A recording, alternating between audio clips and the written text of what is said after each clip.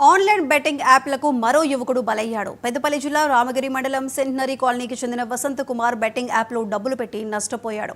దీంతో తీవ్ర మనస్తాపం చెందిన వసంత్ ఇంట్లో ఎవరూ లేని సమయంలో ఉరి వేసుకుని ఆత్మహత్యకు పాల్పడ్డాడు. తన కొడుకు ఆన్లైన్ బెట్టింగ్కు అలవాటు పడ్డాడని మృతుడు వసంత్ తండ్రి రవిశంకర్ తెలిపారు. గతంలో ఒకసారి మందలించారని 4 లక్షల వరకు అప్పు కూడా తీర్చినట్లు చెప్పాడు. చేతికందిన కొడుకు మరణించడంతో రవిశంకర్ కన్నీరు మున్నీరుగా విలపిస్తున్నాడు.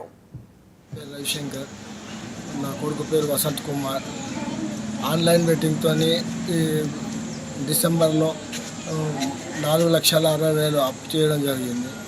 దాన్ని మేము కట్టడం జరిగింది. దీంతోనే మళ్ళీ ఆడి ఏదైనా చేసుకున్నాడేమని మా డౌట్. పేరు రవిశంకర్. నా కొడుకు పేరు వసంత్ కుమార్. ఆన్లైన్ బెట్టింగ్తో డిసెంబర్లో 4,60,000 అప్పు చేయడం జరిగింది. దాన్ని మేము కట్టడం జరిగింది. దీంతోనే మళ్ళీ ఆడి ఏదైనా చేసుకున్నాడేమని మా డౌట్.